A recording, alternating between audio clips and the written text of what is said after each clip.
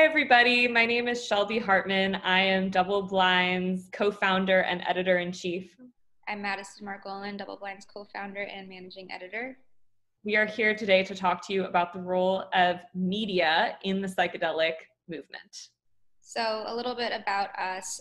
We met at Columbia Journalism School, and after studying there, we had similar trajectories covering cannabis for a lot of the same publications like Rolling Stone or Vice, as well as psychedelics. And what we saw was that the psychedelic movement was following a similar path to the cannabis movement. And so we were sort of primed to understand where the psychedelic movement is leading, both in terms of grassroots policy changes and scientific research that is leading to FDA approval. So we've identified three sort of categories of media that we feel like are covering the psychedelic movement and shaping the way that the American public perceives psychedelics. The first being sort of these psychedelic media outlets that are typically run by people within the space, anthropologists, policymakers, just veteran psychonauts, people who are really familiar with nuanced conversations happening at a conference like PsyTech. Obviously, there's a lot more than the ones mentioned here, but these outlets are typically followed by people who sort of self-identify as psychonauts or are also in the psychedelic field as professionals. So there are other types of media also covering psychedelics. And so these are millennial-driven, digital-first outlets like Rolling Stone or Vice. Vice in particular pioneered the first-person psychedelic reported essay. So you can see this headline, "I ate psychedelic mushrooms to treat my postpartum depression," really showing different psychedelics in a different light. Right now, psychedelics are being treated not as drugs that are going to get you messed up and make you lose your mind, but they're being reframed by the media as medicines that are going to help you get well. In addition to the more alternative mainstream media like Vice, of course, you have mainstream national publications like CNN or the Washington Post also paying attention to psychedelics. Here, they don't necessarily have as nuanced coverage.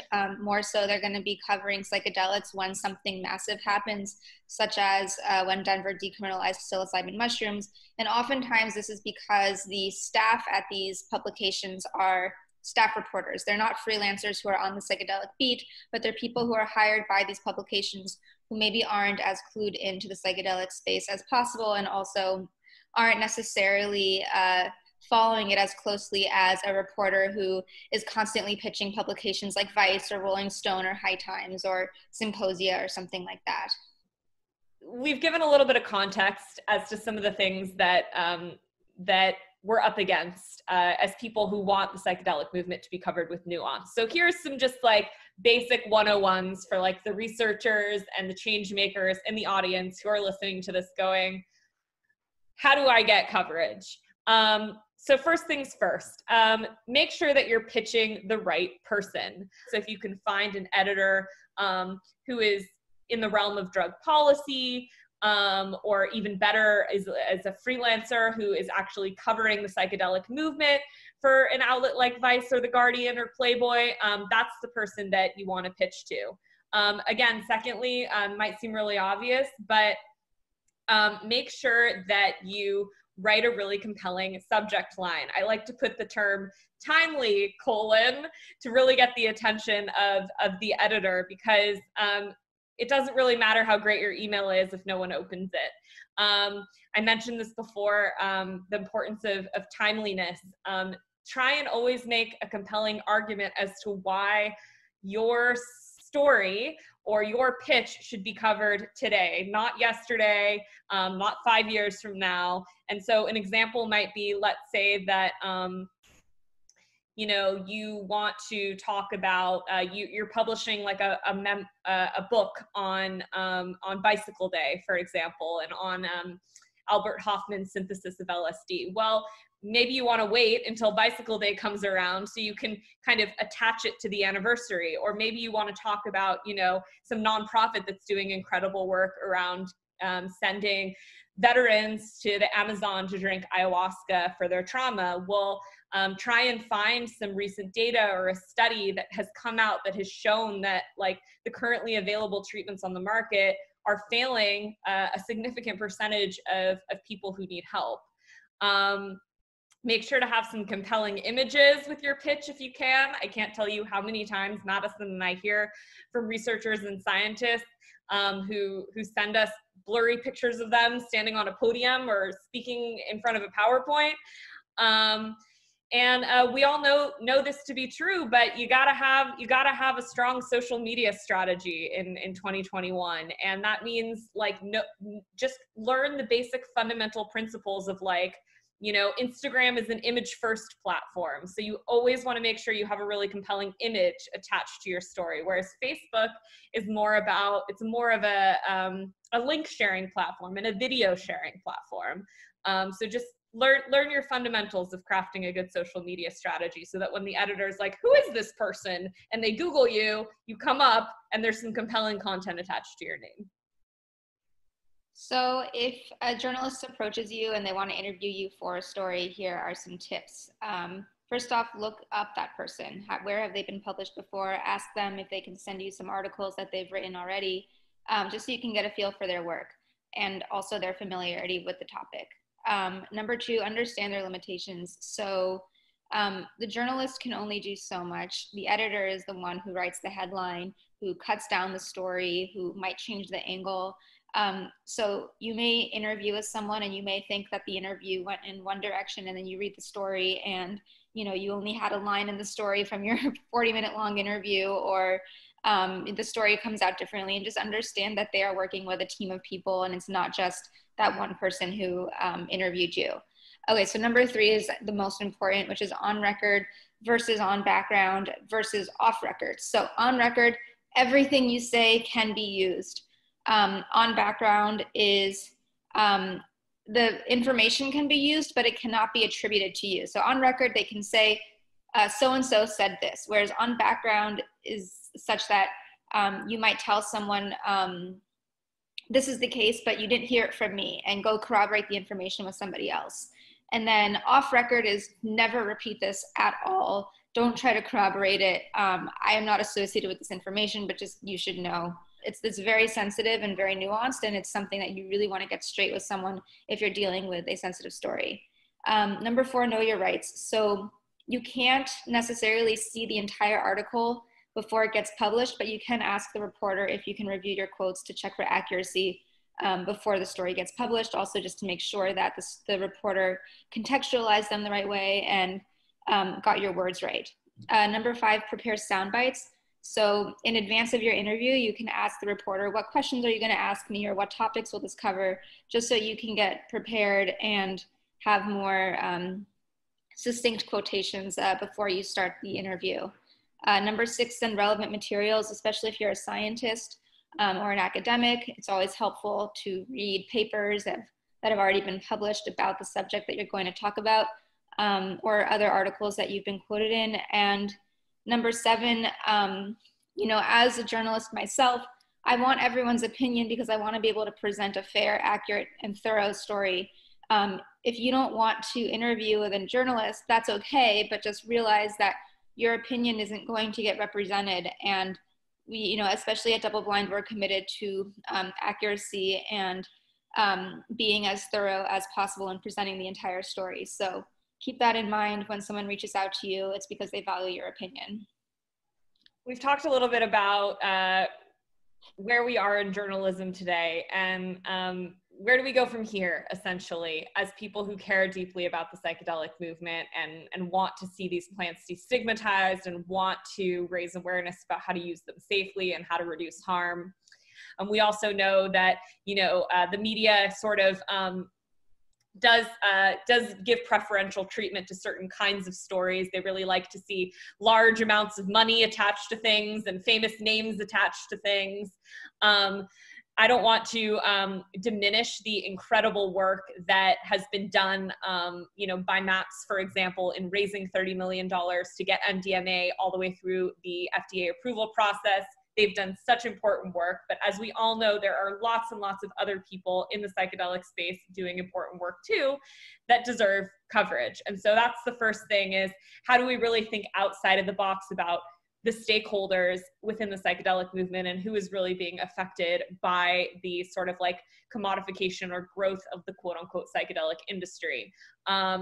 So for at DoubleBlind, for Madison and I, that means making sure that we're talking about the experiences of queer folks, the experiences of people of color who have disproportionate rates of trauma in the United States, talking about sacred reciprocity and what it means to give back to Indigenous communities who have kind of stewarded the use of plant medicines for generations.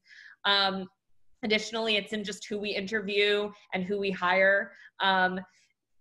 As we know, at psychedelic conferences and in the media, there has been sort of a disproportionate amount of sort of visibility given to white educated men within the psychedelic space. And there are a lot of amazing white educated men in the psychedelic space. So again, we don't want to diminish the work that any of them have done, but we do feel like it's our responsibility to make sure that other voices are given a platform as well. And then the last thing is, you know, at a lot of media outlets, editors love to kind of fuel conflict because it's very sexy. And we know that particularly within the psychedelic movement, there are debates right now about the best models for overturning prohibition, whether it be decriminalization at the local level or sort of the FDA approved medical model. And Madison and I feel very passionately that we can kind of apply the psychedelic ethos of unity and oneness and compassion to ask questions and frame stories in such a way that encourages people on various sides of these debates to come together and to bridge divides rather than to continue to kind of drive a wedge between them. So how can we actually use psychedelic values and psychedelic ethos to shape the future of journalism? So the illusion of objectivity, the idea that a journalist is without bias is a false pretense, especially if you're a beat reporter and you are covering the same topic day in and day out, and you're passionate about it, you're likely to develop an opinion about it, which is totally okay. But I think it's just necessary to put it out there. That doesn't mean that your reporting can't be fair and interviewing all sides of a story isn't a priority. It absolutely is. And so, you know, we're dedicated to making sure, again, that we are as thorough and investigative as possible and being aware of our own biases so that we can rigorously report in a way that is that pushes against them even. So moving beyond the personal healing narrative, psychedelics are important not only because they allow individuals to heal from indications like PTSD, anxiety, depression, addiction, and so forth, but they also force us to ask, what does it mean to be well as individuals and as a society? So that's all part of the psychedelic integration process, whereby the values that you came to during your trip, you then act on afterward. So using psychedelics to have bigger prescient conversations. Again, we say that we use psychedelics as a jumping off point, not only to look at our own personal mental health, but collective health, environmental justice, social equity, spirituality, and so forth. And so really, psychedelics aren't just about the medicines themselves, but everything that they can make possible and enhance on account of the medicines. How can we sort of apply the values that we come to when we're under the influence of a psychedelic to journalism itself? Madison and I are devoted to kind of reinventing the way that content is created and thinking about how we can reintroduce introduce nuance into storytelling in 2021. And so the first thing is thinking really imaginatively about what cooperative publishing models look like. We don't need to publish the same story that someone else published because that's a waste of resources. Instead, how about, you know, together we work on a story and then we put it out on both of our platforms, or we do a series together. This ties into greater questions around what it means to create innovative models for funding meaningful storytelling, business models that don't threaten the quality of the content itself. And we feel like if any media outlet and space is like positioned to do that. It's media outlets within the psychedelic space because we're having such intimate conversations now within the field in general around how we can fund meaningful work without sort of uprooting its integrity. So we just always like to end these conversations, these chats, with an open invitation to anyone who's listening and anyone who has any ideas about how we can work together to advance the psychedelic movement and maximize the reduction of suffering through these plants and fungi. Thank you for listening. And you can contact us both. Here are our email addresses, and also DoubleBlind on social media is at DoubleBlind Mag. And of course, our website, doubleblindmag.com. Have a good one. Thanks for listening. Bye.